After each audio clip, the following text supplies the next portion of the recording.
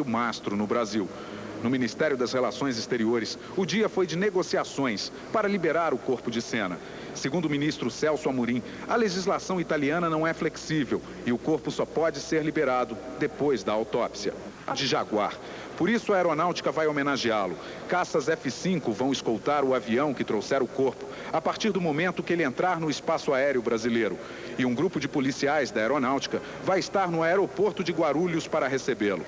Durante o enterro, a Esquadrilha da Fumaça vai desenhar um coração no céu de São Paulo. A Assembleia Legislativa de São Paulo.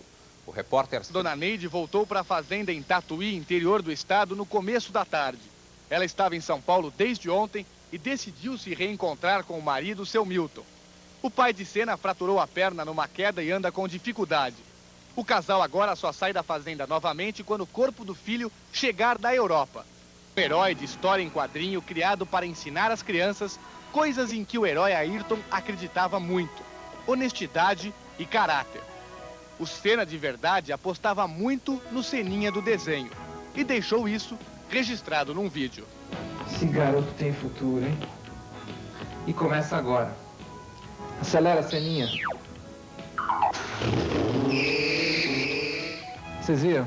Acabei arrumando um companheiro que também vive correndo. Certeza na equipe da Williams. Engenheiros e mecânicos chegavam da Itália, mas passavam sem parar. Eles agora aguardam a chegada do que restou do carro de Senna para saber o que aconteceu.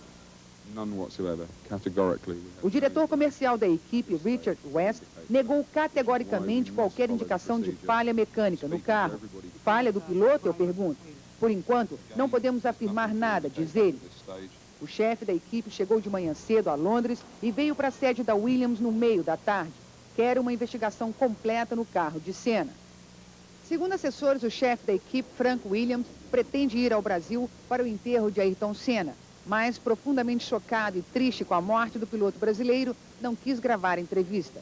Frank Williams divulgou uma nota oficial afirmando que o piloto brasileiro amava correr e passou esta paixão para todos que trabalhavam na Williams. Os que conheceram Ayrton Senna, diz Frank Williams, sabem que perderam alguém muito especial.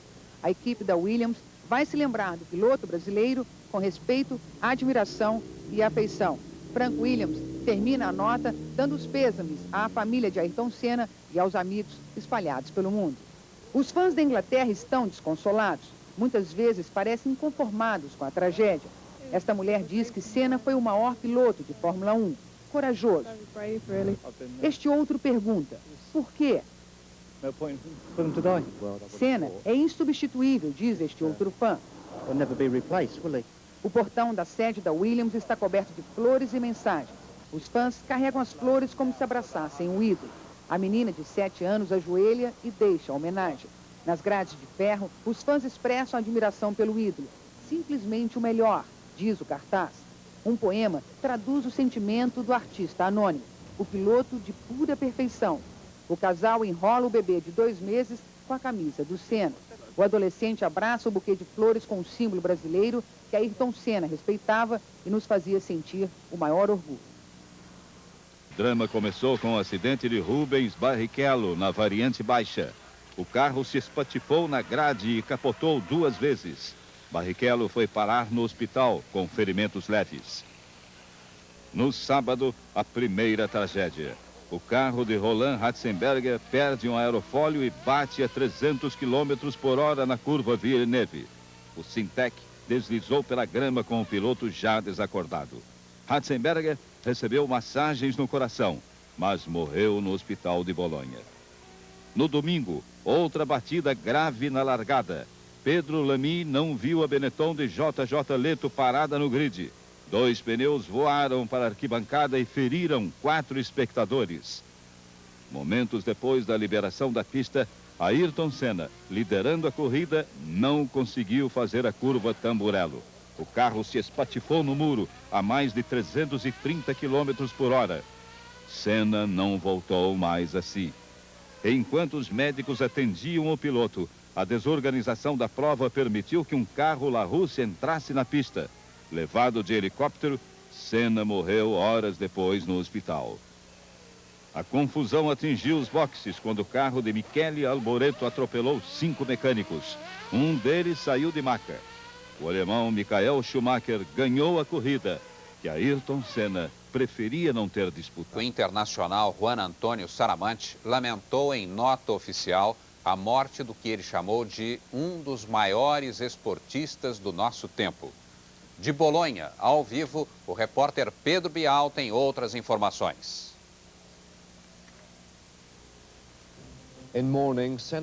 O dia nasce em lágrimas no noticiário inglês da Sky News. A locutora repete a pergunta que todos se fazem: como é que aconteceu? A BBC ficou de luto e, como homenagem ao campeão morto, não exibiu o compacto da corrida.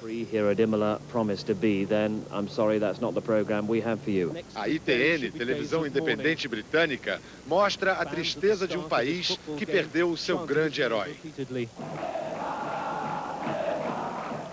Na primeira página de todos os jornais, a mesma cena: o encontro do mito com o seu destino trágico.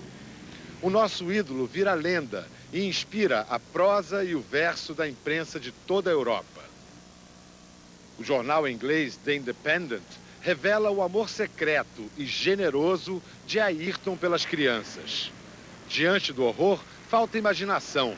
Na França, 2 jornais trazem a mesma frase: a morte na Curva.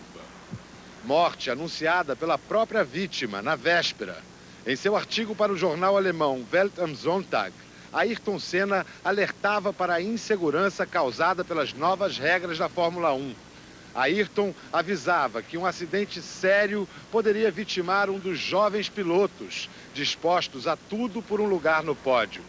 Eu sei, disse Senna, por experiência própria, que um jovem piloto aceita certos riscos para depois se arrepender.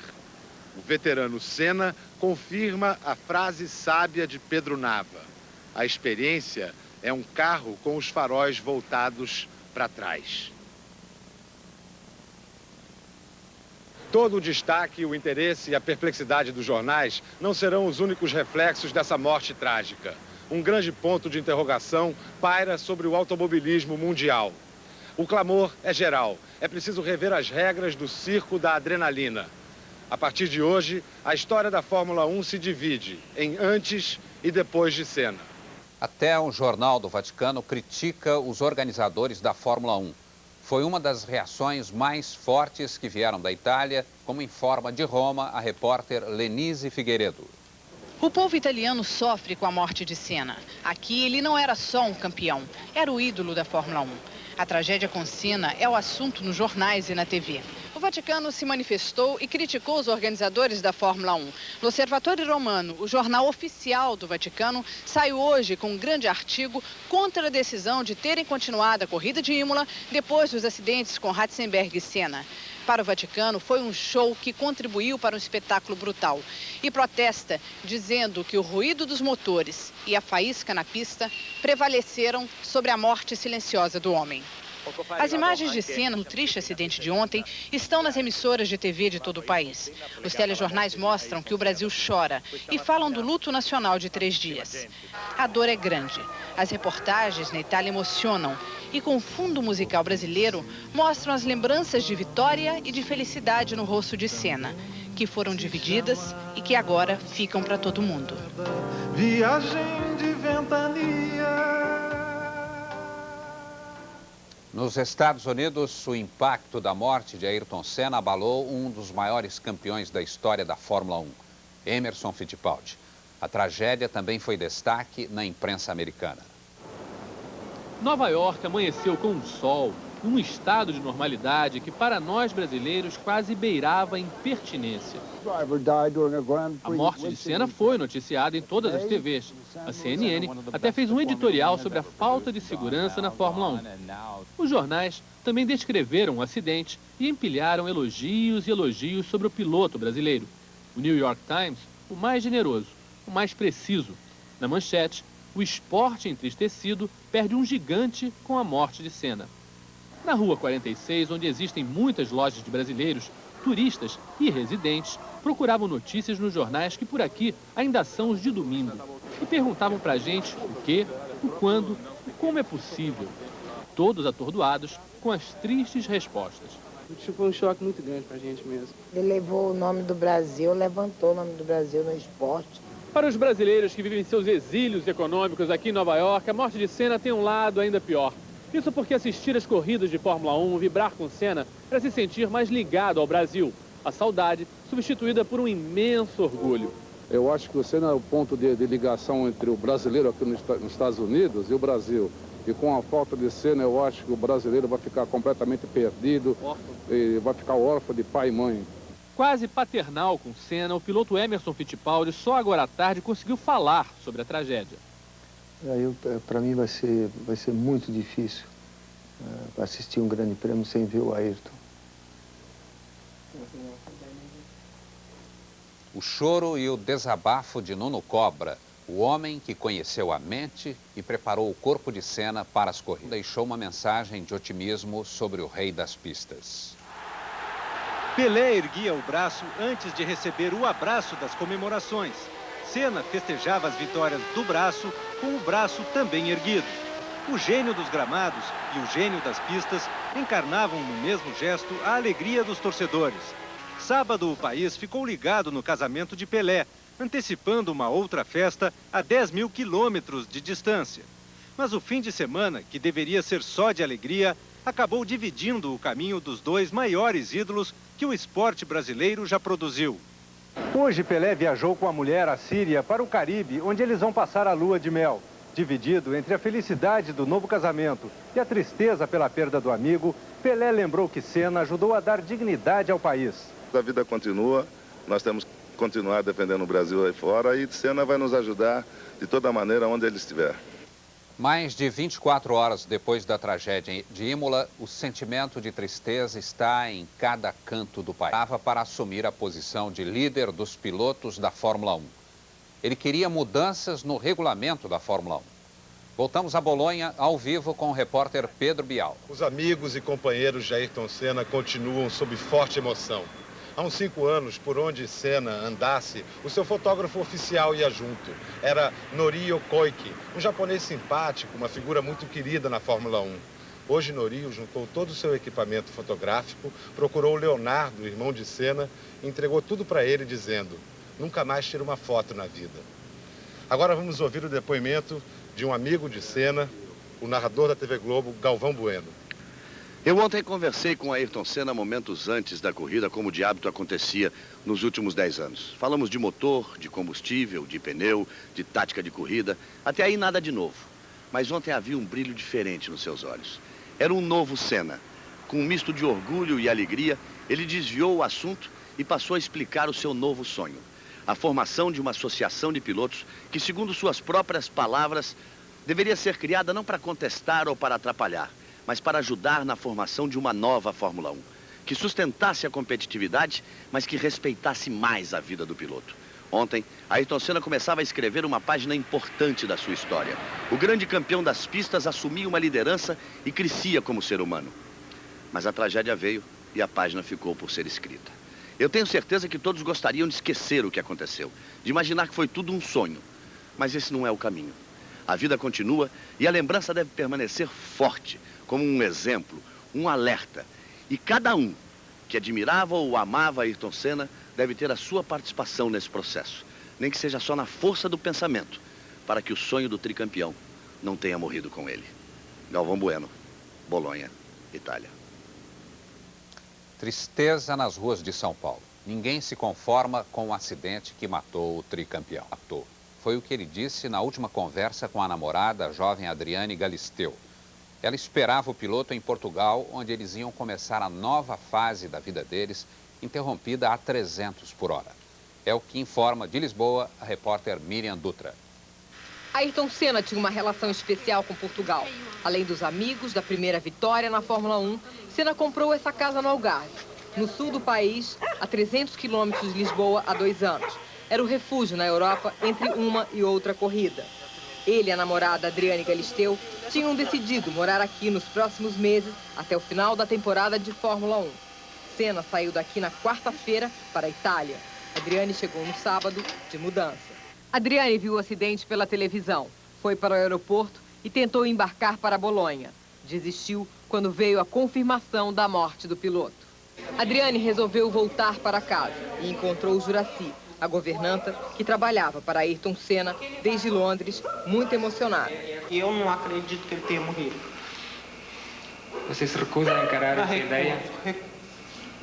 Recurso. Eu ainda tenho a impressão que ele ainda vai chegar aqui. Do Algarve, todos vieram para a casa do empresário brasileiro Antônio Carlos de Almeida Braga, onde Senna ficava hospedado em Lisboa. Essa parte da casa estava sempre reservada ao piloto brasileiro. Hoje, até os empregados não escondiam a emoção. Adriane chegou às 2h da manhã e até às 7 ficou revendo o tape do acidente de Senna. Ela fez questão de rever todos os detalhes, inclusive em câmera lenta. No final da tarde, Adriane resolveu aparecer. Abatida e controlando a emoção, ela contou a última conversa com o namorado. Foi logo depois que aconteceu o acidente com o garoto, foi quando eu falei com ele. E ele te ligou? Ele ligou, eu tinha acabado de chegar do Brasil aqui. Aí eu falei, tudo bem? Ele falou, não, tá tudo ruim. Aconteceu uma coisa horrorosa, eu não vou mais andar, não vou correr. E tô muito impressionada. Eu falei, faz o que você achar melhor e o que você puder fazer. Olha, eu ainda não acordei. Pra mim, eu tô num pesadelo que eu ainda tô esperando acordar e eu não tô acreditando. Eu acho que a gente, não só eu, como vocês, como o mundo, perdeu alguém que era simplesmente... a gente perdeu a coisa mais importante que a gente podia ter. Tinha tido uma noite legal, falado com ele. E à noite ele estava muito mais calmo, isso me deixou muito tranquila. Eu falei, você tá bem? Ele falou, Adriane, não se preocupe comigo e não se esqueça de uma coisa. Sou forte. Sou muito forte. Ele era uma pessoa especial, ele era pra mim o ídolo. Eu só queria poder voltar. 2 dias.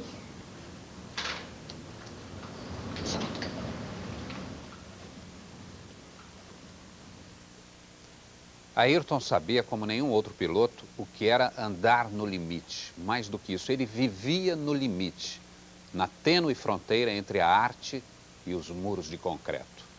Talvez por isso, e também como nenhum outro piloto, ele estava tão preocupado no último grande prêmio de sua vida. Ayrton sabia que as novas regras de construção dos carros, imaginadas pelos burocratas na prancheta a 0 km/h, revelaram-se perigosíssimas na pista a 300 km/h. Na sexta-feira, o alerta de Ayrton se confirmou amargamente na violenta saída de pista de Rubens Barrichello. Ao deixar o hospital depois de ver Rubinho, Ayrton provavelmente também pensava na aventura incerta que teria na hora de voltar ao cockpit.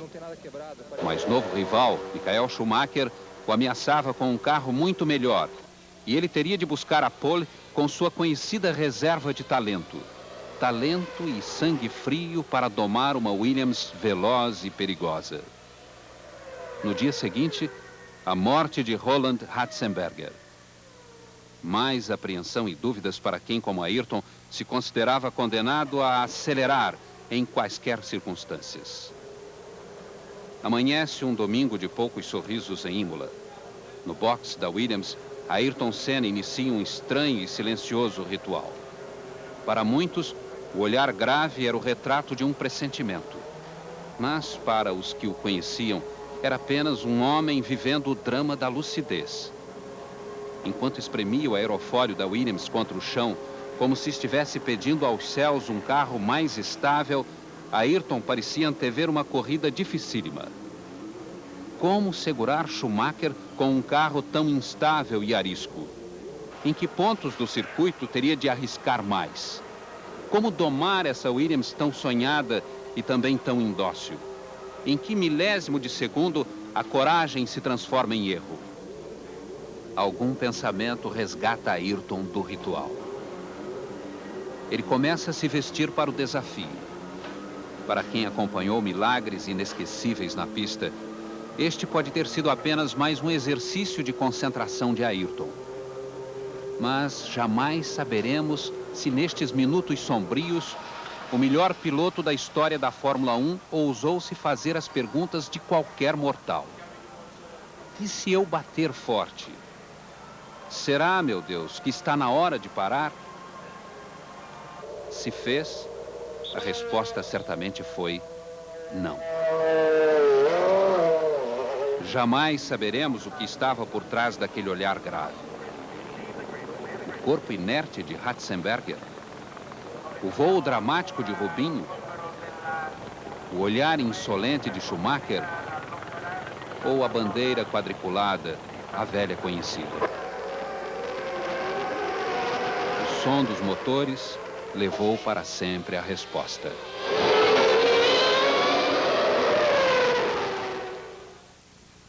Entre todas as alegrias que semeou, o amor pelas crianças foi a única sobre a qual Ayrton Senna exigiu silêncio.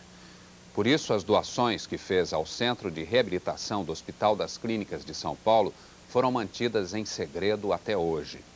Durante esse tempo, ele não quis que se confundisse com publicidade sua manifestação pura de afeto, que ele gravou para sempre no nosso coração.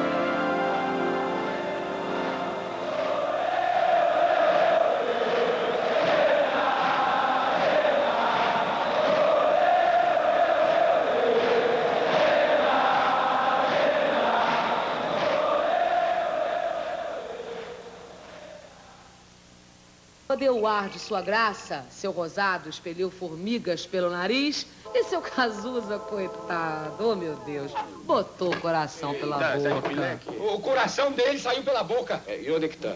Não, já engoliu de novo. Ah, então tá tudo bem, né? Com tanta coisa importante para discutir, ficam discutindo política. Bem feito. Há 18 anos, direto do túnel do tempo. Você viu? Vi. E se Saramandaia deixou a maior saudade, a gente continua esta viagem pelo tempo, ouvindo a trilha da novela.